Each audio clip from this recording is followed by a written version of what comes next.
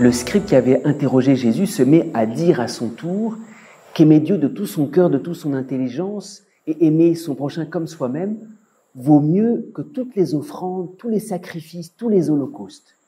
Et Jésus dit ça, c'est très judicieux, voyant qu'il avait fait une remarque judicieuse.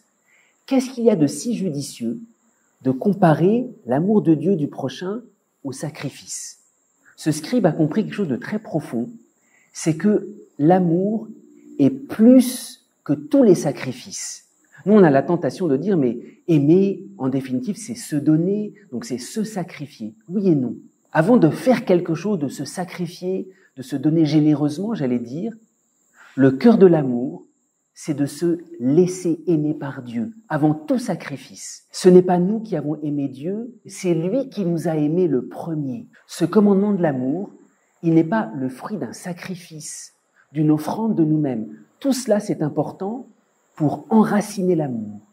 Mais ce commandement de l'amour exige d'abord de se laisser faire, de se laisser saisir. Et c'est très important quand on parle de l'amour comme don de soi.